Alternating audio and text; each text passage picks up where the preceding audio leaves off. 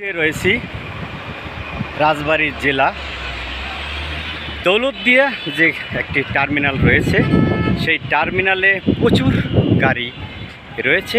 আপনারা দেখতে পাচ্ছেন যে ঈদুল আজহা উপলক্ষে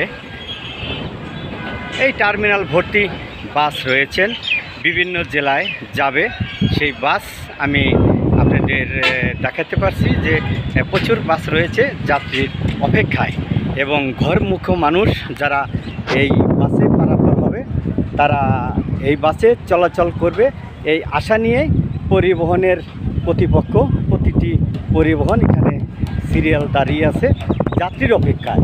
আর আমি আপনাদের সাথে রয়েছি, আমি শেখ মোহাম্মদ বিল্লাল হোসেন, অনলাইন নিউজ বাংলা, দৌলতদিয়া ঘাট থেকে এই মুহূর্তে রয়েছে রাজবাড়ী জেলার দৌলতদিয়া পুলিশ বক্সের সামনে যে সিরিয়ালে দাঁড়িয়ে আছে পরিবহন। আমি সেই বিষয় নিয়ে আপনাদের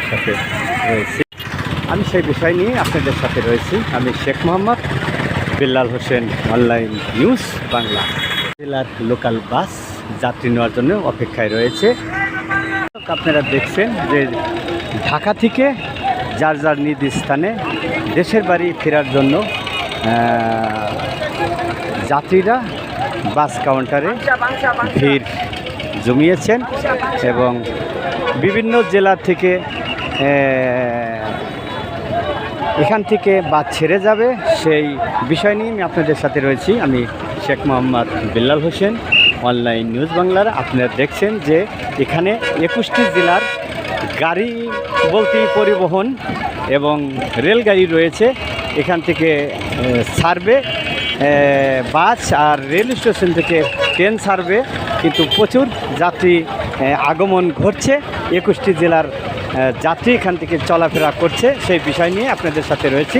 আমি শেখ মোহাম্মদ বিল্লাল হোসেন, অনলাইন নিউজ বাংলা।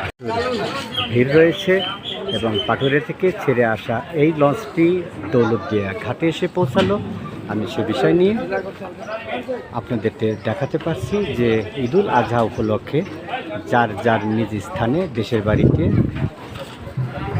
তাদের প্রিয়জনদের নিয়ে ঈদ করার উদ্দেশ্যেই কিন্তু মূলত ঢাকা ছাড়ছে মানুষ। আমি আপনাদের সাথে রয়েছি, আর আমি সে বিষয় নিয়ে আপনাদেরকে দেখাতে পারছি।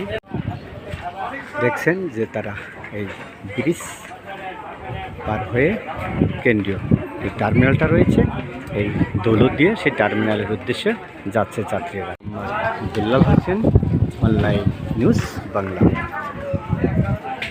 দৌলতদিয়া লঞ্চঘাট থেকে।